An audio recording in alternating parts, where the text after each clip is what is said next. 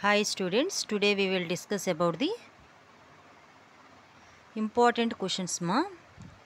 So first BTech ఎవరైతే students చదువుతూ ఉన్నారో సో ఇప్పుడు ఇది ఎగ్జామ్స్ టైము ఫస్ట్ సెమ్ అనేది ఈ సెమ్లో మనకి 4 బ్రాంచ్ల పిల్లలకి మరి ఫిజిక్స్ ఉన్నటువంటి స్టూడెంట్స్ ఎవరైతే ఉన్నారో ఆ ఫిజిక్స్ స్టూడెంట్స్కి మోస్ట్ ఇంపార్టెంట్ డల్లర్ స్టూడెంట్స్ అంటే దట్ మీన్స్ సెమ్ సిస్టమ్ మరి సెమ్లో మరి 3 months టైం ఉంటుంది. సో సిలబస్ అనేది హ్యూజ్గా ఉంది. సో ఆ యొక్క లార్జ్ అమౌంట్ ఆఫ్ సిలబస్లో మరి ప్రాక్టీస్ చేసి ఓకే మరి ఒకదానికొకటి రాయటం ఎగ్జామ్స్లో జరుగుతూ ఉంది. సో కాబట్టి మరి మన సబ్స్క్రైబర్స్ అడిగిన రీతిగానే ఈ యొక్క క్వశ్చన్స్ అనేది ప్రిఫరెన్స్ అనేది ఇవ్వటం జరుగుతుంది.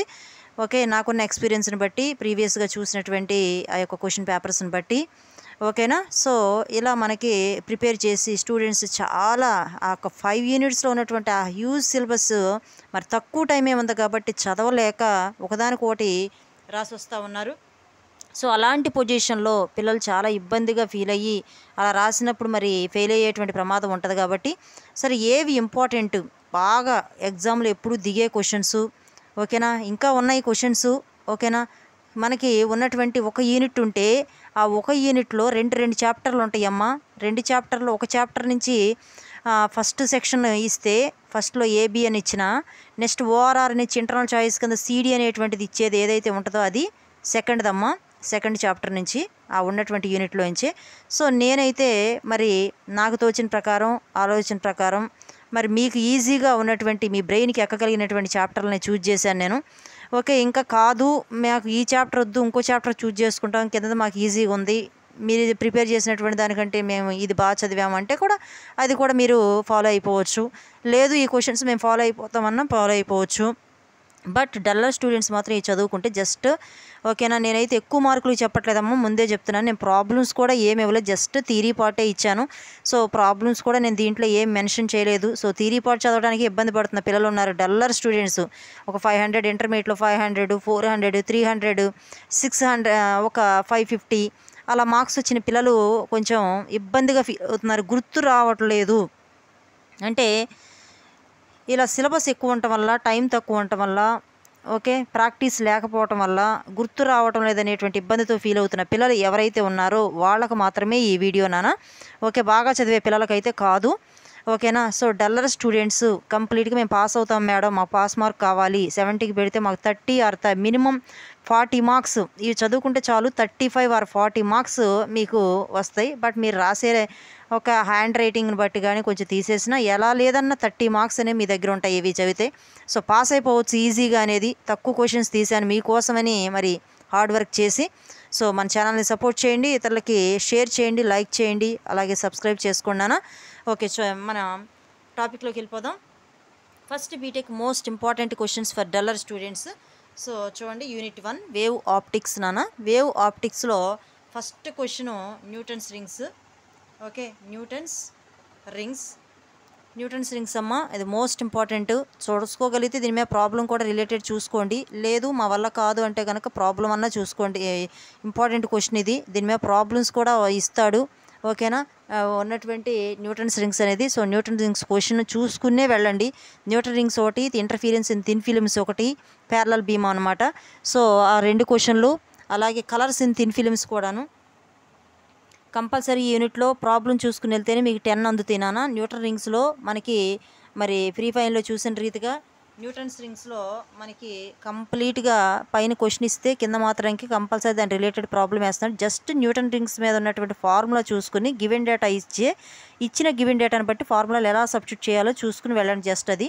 బట్ క్వశ్చన్స్ మాత్రం థియరీ పార్ట్ మాత్రం Newton rings, interference in thin films, colours in thin films, superposition principle, ఈ 4 క్వశ్చన్లు చదువుకొని డల్లర్ స్టూడెంట్స్ అనబడిన వారు మాత్రమే, మళ్ళా చెప్తున్నాను ఓకే యావరేజ్ కానీ లేకపోతే యావరేజ్ అయినా ఫాలో అయిపోవచ్చు. మాకు గుర్తుంటలేదని ఎవరైతే ఫీల్ అవుతున్నారో మాకు ఇన్ని డెరివేషన్స్ గుర్తుంటలేదు ఒకదానికి ఒకటి రాసి వస్తున్నాం అని ఫీల్ అయిన పిల్లలకు మాత్రమే ఈ వీడియో ఓకే.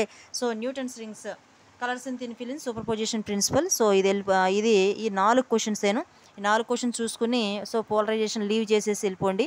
సో దీంట్లో ఏదో క్వశ్చన్ అనేది కంపల్సరీ దిగుతుంది. సో ఈజీగా ట్రాక్ చేయొచ్చు. సో అంతేకాదు మళ్ళీ చెప్తున్నాను, న్యూటన్ రింగ్స్ మీద ఉన్నటువంటి ఒక ప్రాబ్లం అన్నా చూసుకుని వెళ్ళండి. ఆ ఫార్ములా తెలుసు కదా, న్యూటన్ రింగ్స్లో ఉన్న ఫార్ములా వస్తుంది కదా, మనం డిరైవ్ చేస్తే ఆ డెరివేషన్ పార్ట్ చేసినప్పుడు దానిలో ఫార్ములా వస్తుంది. ఆ ఫార్ములాలో మనకి ఇచ్చిన వాల్యూస్ ఎలా సబ్స్టిట్యూట్ చేయాలో జస్ట్ మోడల్కి చూసుకుని వెళ్ళండి, సరిపోతుంది. ఓకే, నెక్స్ట్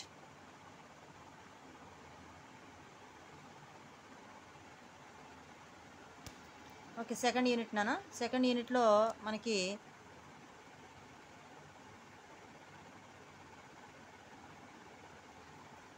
సెకండ్ యూనిట్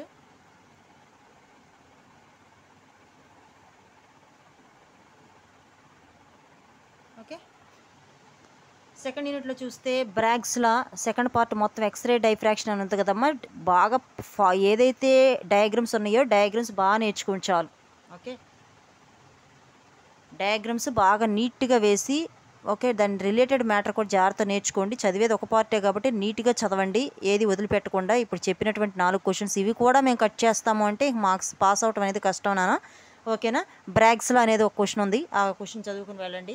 అలాగే ఎక్స్రే డైఫ్రాక్ట్రోమీటర్ అని ఒకటి ఉంది, అది చదువుకుని వెళ్ళండి. Crystal structure determined by crystal స్ట్రక్చర్ని డిటర్మైన్ చేసేటువంటి మెథడ్లో లాయస్ మెథడ్ ఒకటి, and then crystal structure determined by powder method. ఓకేనా, ఆడు క్వశ్చన్ అడిగేటప్పుడు క్రిస్టల్ స్ట్రక్చర్ డిటర్మైన్డ్ బై అని అడుగుతాడు, determination of crystal structure by అని అడుగుతాడు. అది చూసి స్టార్టింగ్లో చూసి బెదిరిపోవద్దు. ఓకేనా, ఇదేంట్రా బాబు క్రిస్టల్ స్ట్రక్చర్ అంటున్నారని పూర్తిగా చదివితే కంప్లీట్ చదివితే దాంట్లో లాయే మెథడా పౌడర్ మెథడ్ అనేది కనపడుతుంది మీకు. జాగ్రత్తగా ఫాలో అవ్వండి నాన్న. ఓకే, ఈ 2 క్వశ్చన్స్ ఎక్స్రే డైఫ్రాక్టర్ ఓకేనా, స్పెక్ట్రోమీటర్ అని కూడా అంటారు దీన్ని. ఎక్స్రే డైఫ్రాక్ట్రోమీటర్ని స్పెక్ట్రోమీటర్ అని కూడా అంటారు, అది కూడా మెన్షన్ చేయండి. ఓకేనా, స్పెక్ట్రోమీటర్ ఓకే,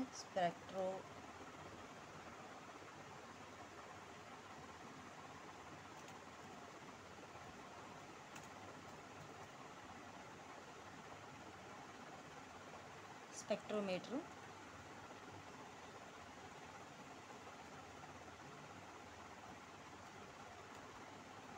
ఓకేనా.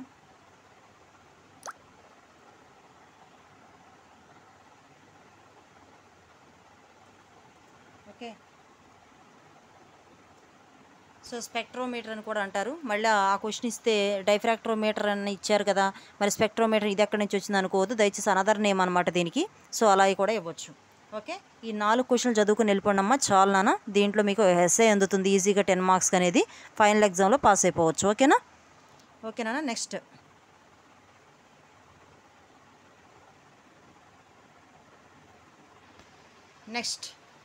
థర్డ్ యూనిట్ వచ్చరికి నేనైతే డైఎలక్ట్రిక్ మెటీరియల్స్ తీయలేదు నాన్న. డైఎలక్ట్రిక్ మెటీరియల్స్ చాలా కష్టంగా ఫీల్ అవుతున్నారు. లోరెంజ్ ఇంటర్నల్ ఫీల్డ్ అని, క్లాసెస్ మోసెట్ అని డెరివేషన్ పార్ట్స్ ఎక్కువగా ఉన్నాయి. సో ఆ డెరివేషన్స్ అనేవి మరి గుర్తుంటాయి, మధ్యలో ఆగిపోతున్నాయి మేడం అని చెప్పి కొంతమంది స్పెసిఫిక్గా మెన్షన్ చేయడం జరిగింది.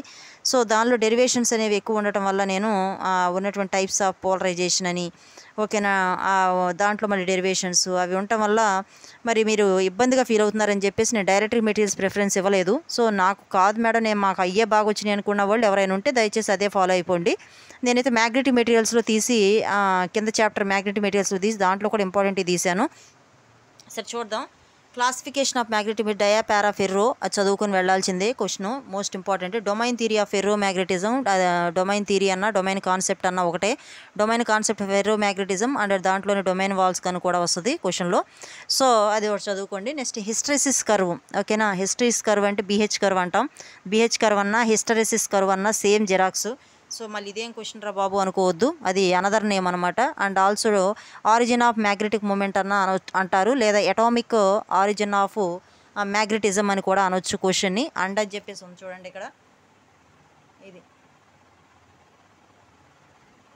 Okay, atomic origin of magnetism అన్న ఆరిజిన్ ఆఫ్ మ్యాగ్నెటిక్ మూమెంట్ అన్న ఒకటే. ఓకేనా, ఈ క్వశ్చన్స్ కూడా చదువుకుని వెళ్ళాలి. నెక్స్ట్ ఫోర్త్ క్వశ్చన్ వచ్చేసరికి soft and hard magnetic materials. Soft and hard magnetic materials అనేటువంటిది మీకు క్లియర్గా చదువుకుని వెళ్ళండి. అవి distinguish between the soft and hard magnetic materials అన్న, difference between the soft and hard magnetic materials అన్న ఒకటే.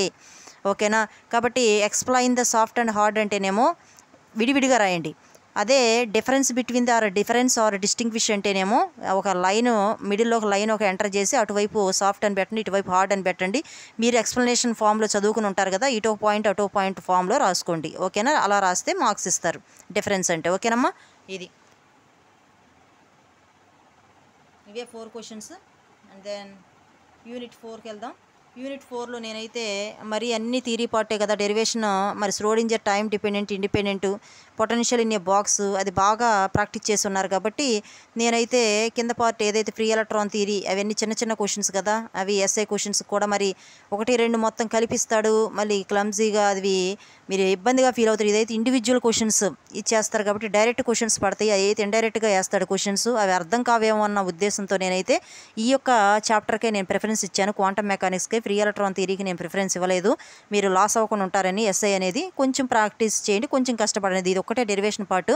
ఓకేనా, దీంట్లో శ్రోడింజర్ టైం డిపెండెంట్, ఇండిపెండెంట్ రెండు దగ్గరగా ఉంటాయి. చాలా జాగ్రత్తగా ప్రాక్టీస్ చేయండి. మోస్ట్ ఇంపార్టెంట్ ఇండివిజువల్ క్వశ్చన్స్, అర్థమయ్యే క్వశ్చన్స్. ఓకేనా, కాబట్టి కొంచెం 1-4 సార్లు ప్రాక్టీస్ చేయండి. డెరివేషన్స్ అనేవి ఏమీ లేవు కాబట్టి, ఇవి తక్కువే కాబట్టి 1-2 సార్లు ఇవే ప్రాక్టీస్ చేయండి. ఓకేనా. Next particle in 1 dimension infinite potential well అనేటువంటిది 3 derivations. And then physical significance matter waves అది వదలటానికి లేదు. ఓకేనా, matter waves physical significance of wave function psi wave function psi అని కూడా అంటారు. సైలో ఇచ్చిన ఫిజికల్ సిగ్నిఫికెన్స్ ఆఫ్ సై అన్న, physical significance of wave function అన్న ఒకటే. సో దయచేసి అవి రాయండి. And then dual nature of matter అది కూడా మోస్ట్ ఇంపార్టెంట్ క్వశ్చన్, 5 మార్క్స్కి ఇస్తాడు అవి. ఓకేనా. సో నెక్స్ట్ హైజెన్బర్గ్స్ అన్సర్టనిటీ ప్రిన్సిపల్, ఇది కూడా షార్ట్ క్వశ్చన్స్, 5 మార్క్సే. ఏ బిట్ 5 ఇస్తే బి బిట్ 5 ఇస్తాడు, అలా 10 మార్క్స్ కూడా కవర్ చేయొచ్చు కాబట్టి ఇవి కూడా మనం యాడ్ చేయడం జరుగుతుంది. సో ఈ విధంగా ఈ 4 క్వశ్చన్స్ కూడా మీరు కంపల్సరీ ఫాలో అయిపోండి.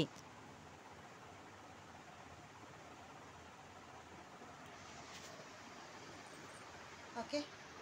అండ్ దెన్ నెక్స్ట్ అమ్మా సెమీ కండక్టర్స్ 5th యూనిట్ అనేది సెమీ కండక్టర్స్ అమ్మా. Formation of energy bands and classification of crystalline solids. ఓకేనా, ఫార్మేషన్ ఎనర్జీ బ్యాండ్ అనేది ఎలా ఫామ్ అయింది అనేటువంటిది. నెక్స్ట్ దాని క్లాసిఫికేషన్ క్రిస్టలైన్ సాలిడ్స్ అన్న. ఓకేనా, సెమీ కండక్టర్స్ ఇన్సులేటర్స్ అన్న ఒకటే. ఓకేనా, ఇవే classification. And then next density of charge carries intrinsic, extrinsic అని నేను ఎక్స్టెన్సిక్ మొత్తం తీసేసాను, కొంచెం భారీగా ఉంటాయి కాబట్టి కన్ఫ్యూజ్ అవుతున్నారు కాబట్టి. దీనిలో తక్కువ ఉన్నాయి కాబట్టి ఓన్లీ ఇంట్రిన్సిక్ మాత్రమే తీసుకున్నాను. దీనిలో ఒక క్వశ్చన్ పడుతుంది. ఓకేనా, సో క్వశ్చన్ అంటే 2 క్వశ్చన్లు ఏబీ పెడతాయి. Next density of charge carriers. Density of charge క్యారియర్స్లో మీకు అడిగితే density of charge carriers in intrinsic semiconductors కనుక అడిగితే ఆ చిన్న క్వశ్చన్ 10 మార్కులకి ఇస్తే చిన్న క్వశ్చన్ రాయొద్దు దయచేసి. మీరు ఏం చేస్తారు అంటే ఇక్కడ ఉన్నటువంటి హోల్ అండ్ ఎలక్ట్రాన్ డెన్సిటీ ఉంది కదా, మనం చెప్పాము already. Okay, whole and electron density అనేటువంటిది ఉంది కదా, ఆ హోలు ఎలక్ట్రాన్ డెన్సిటీ ఓకేనా 2 కలిపి ఇన్ ఇంట్రిన్సిక్ సెమీ కండక్టర్స్లో డెరివేషన్ రాసిన తర్వాత అప్పుడు మీరు ఇది రాయాల్సి వస్తుంది. 10 మార్కులకు అడిగితే density of charge carriers or carrier concentration అన్న, డెన్సిటీ ఆఫ్ చార్జ్ క్యారియర్స్ అన్న ఒకటే. ఓకే, మళ్ళీ వన్స్ అగైన్ క్యారియర్ కాన్సన్ట్రేషన్ అన్న, డెన్సిటీ ఆఫ్ చార్జ్ క్యారియర్స్ అన్న ఒకటే క్వశ్చను. అది కూడా ఇన్ ఇంట్రెన్సిక్ సెమీ కండక్టర్స్ అని అడిగినప్పుడు అది 10 మార్క్స్కి అడిగితే, అదే 5 మార్క్స్కి అడిగాడు అనుకోండి, just density of charge carriers అంటే ఎక్స్ప్లెనేషన్ ఉంటుంది, థియరీ పార్ట్ కొంచెం రాసేసి అది రాసి డెరివేషన్ పార్ట్ చిన్నది ఉంది కదా, density of charge carrier concentration in intrinsic semi conductors అని చిన్నది ఉంది కదా, అది వేసేస్తాడు డైరెక్ట్గా. బట్ 10 మార్క్స్కి అడిగితే వాడు ఎస్ఐ క్వశ్చన్గా 10 మార్క్స్కి అడిగితే whole and electron density, okay, whole and electron density అనేటువంటి డెరివేషన్స్ రాసిన తర్వాత అప్పుడు మీరు లాస్ట్ ఫైనల్గా carrier concentration in intrinsic semi conductor ఉంది కదా, అది రాసి ముగించాలి. ఓకేనా, మళ్ళీ వన్స్ అగైన్ ఓకే 10 మార్క్స్కి అడిగితే ఆ 2 రాసి థర్డ్ లాస్ట్లో carrier concentration in intrinsic semiconductors అనేది రాసి ఫైనల్ చేయాలి. Okay, 10 marks question. And then next third question వచ్చేసరికి explanation of intrinsic semiconductors అంటే వాటి యొక్క ఎక్స్ప్లెనేషన్ పూర్తిగా అడుగుతాడు. ఓకేనా, వాట్ ఈజ్ వాట్ అని, ప్యూర్ ఫామ్ అని చెప్తాం కదా. నెక్స్ట్ అలాగే టైప్స్ ఆఫ్ సెమీ కండక్టర్స్లో కూడా అడుగుతాడు. 2 టైప్స్ అని చెప్పేసి నేను అడుగుతాం. Okay, next extrinsic and intrinsic అని వస్తుంది. మళ్ళీ ఎక్స్టెన్సిక్లో మళ్ళీ 2 టైప్స్ రాయాలి.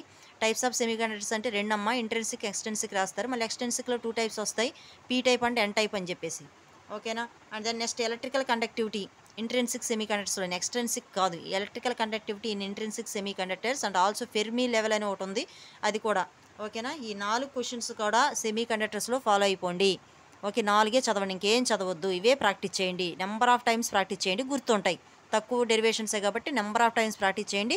ఇవి చదువుకుని వెళ్ళిపోండి, మీకు ఎస్ఏస్ గట్టిగా అందుతాయి. మంచి మార్కులు కూడా 40 మార్క్స్ ఈజీగా తెచ్చుకోవచ్చు. బట్ మీకు మళ్ళీ ఆ రైటింగ్ కానీ అదంతా తీసేసినా సరే ఈజీగా 30 మార్కులు అంటే పాస్ మార్క్స్ సరిపోను, మీకు మంచి మార్క్స్ అనేది వస్తాయి. ఓకేనమ్మా, ఇది ఓకే. నా వంతు నేనైతే మరి ఇలా మీకు హార్డ్ వర్క్ చేసి మరి ఇలా ఇవ్వగలుగుతున్నాం అవుట్పుట్. మరి మీ వంతు మీరు కూడా ఇతరులకు షేర్ చేయండి, లైక్ చేయండి, మన ఛానల్ని సబ్స్క్రైబ్ చేసుకోండి. అలాగే మరి ఇలాంటి మరెన్నో వీడియోస్ కోసం మన ఛానల్ని ముందుకు తీసుకుని వెళ్ళే బాధ్యత మీదే. ఓకే, ఎందుకంటే అనేక మంది పిల్లలు ఇలాగే తెలియని పిల్లలు, మరి సఫర్ అయ్యే పిల్లలు చాలామంది ఉంటారు చదవలేక. వాళ్ళ కోసం మరి ఇలా షార్ట్ కట్ చేసి అందిస్తున్నాం కనుక అలాగే వీడియోని పూర్తిగా చూడటం నేర్చుకోండి. సగం సగం చూస్తే ఏం అర్థం కాదు. ఓకే, మనం ఏం చెప్తున్నాం అనేది కంప్లీట్గా చూస్తేనే వీడియోలో ఓకేనా మీకు కంప్లీట్గా అర్థమవుతుంది. ఈజీగా మళ్ళీ క్వశ్చన్స్ అనేవి రాకుండా ఉంటాయి మీ మైండ్లో. ఓకే, ఇది అవుట్పుట్ అనేది 5 units of 5 units of first BTech physics most important questions for duller students. So thank you one and all.